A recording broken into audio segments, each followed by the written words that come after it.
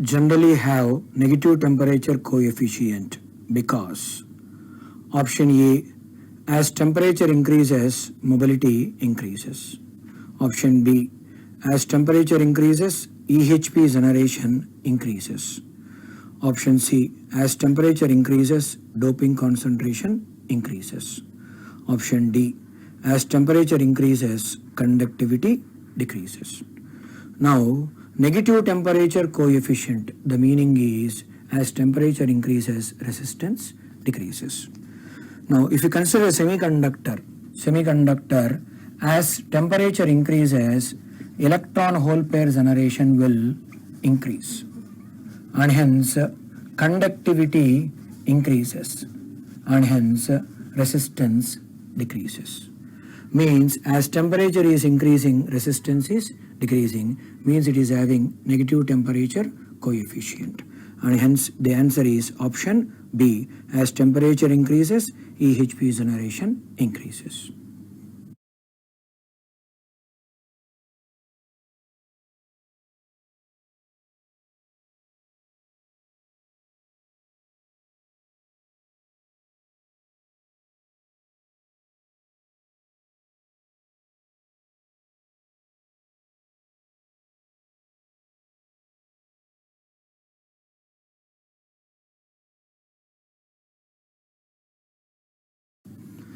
Which of the following statements is false for a specimen exhibiting Hall effect? RH means Hall coefficient. Option A, RH is negative for metal.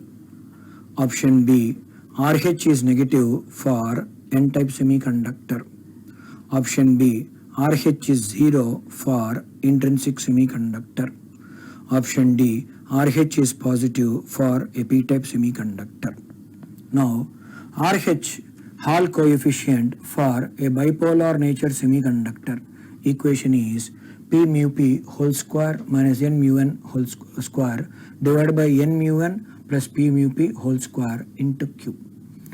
Now, this for metals and for N-type semiconductors, RH will be negative, whereas RH is positive for a p-type semiconductor. If we consider an intrinsic semiconductor, N is equal to P, that's equal to Ni. N is equal to P, that's equal to Ni.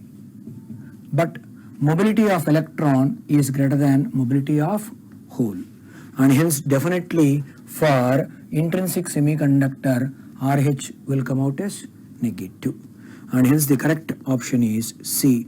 RH is 0 for intrinsic semiconductor is false. In the problem statement, he has asked which of the following statements is false. A, B, D are correct, and hence the correct answer is C.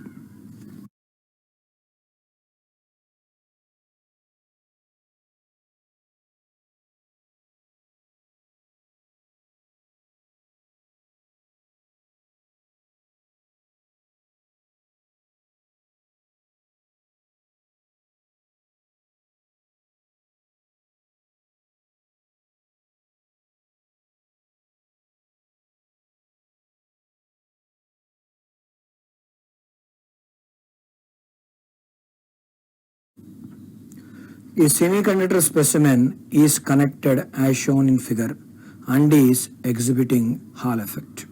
Given Hall coefficient, that is RH, BZ applied magnetic field, induced electric field is EY. Remember that applied electric field is EX. Later on, LX, VH, that is induced Hall voltage, are given. He is asking us to find out applied current density, that is Gx.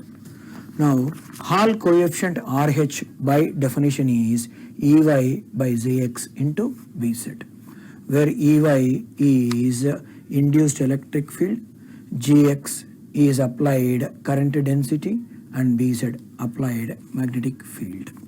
From this, we get Gx as EY by RH into Vz. If you substitute and simplify, you will get it as 1.07 amps per meter square.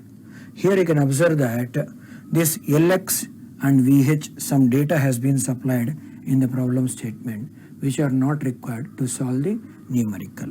Means they are actually redundant data.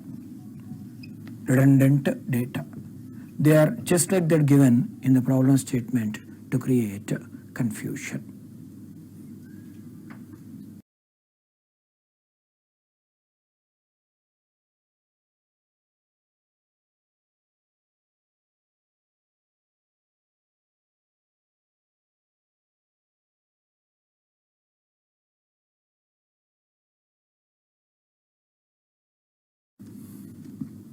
Which of the following is valid for a intrinsic semiconductor given Mn is equal to 3 MP?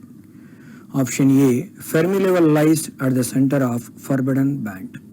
Option B, Fermi level lies at below center of forbidden band. Option C, Fermi level lies at above center of forbidden band. Option D, Fermi level lies in conduction band. Now, ideally speaking, for an intrinsic Fermi level for intrinsic semiconductor, Fermi level should be at the center of forbidden band. But there is a condition that Mn is equal to Mp, where Mn is called as effective mass of electron and Mp is called as effective mass of hole. In this problem, he has specifically stated that Mn is equal to 3 Mp. That is, Mn is not equal to Mp. And hence Fermi level cannot stay at the center. It should be either above or below the center. The equation for intrinsic Fermi level EFI is EC plus EV by 2 minus KT by 2 ln of NC by NV. If you reorganize the terms, we'll get this equation. If you substitute the equations of NC and NV, it comes out as Mn by Mt to the power of 3 by 2. Mn is given as 3 Mp. At room temperature, Kt is equal to 0.026. If you substitute and simplify, we'll get this value. Now, this EC plus EV by 2 is nothing but the center of forbidden band. From this, we understand that center of forbidden band is equal to EFI plus some value. Means intrinsic Fermi level is below the center. And hence the answer is B. Fermi level lies at below center of forbidden band. Option is B, Bombay.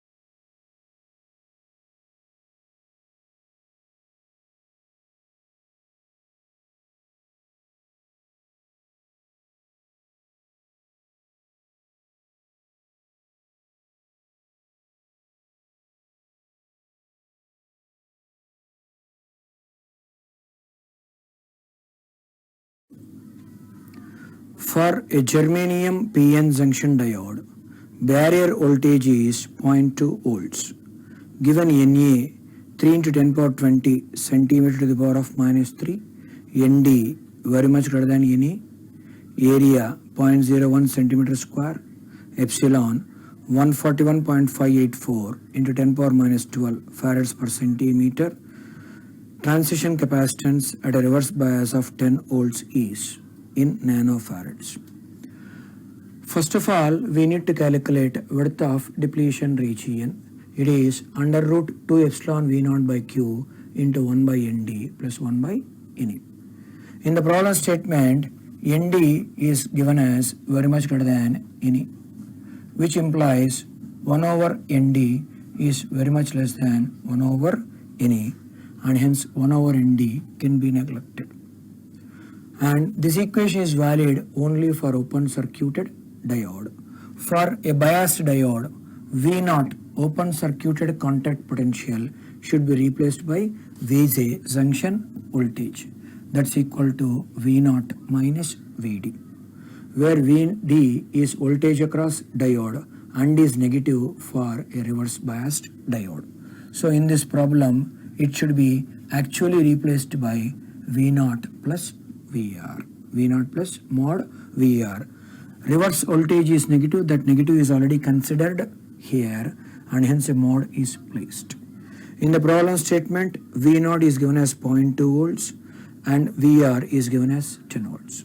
If you substitute and simplify, you will get it as 7.76 into 10 power minus 6 centimeter. He is asking us to find out transition capacitance.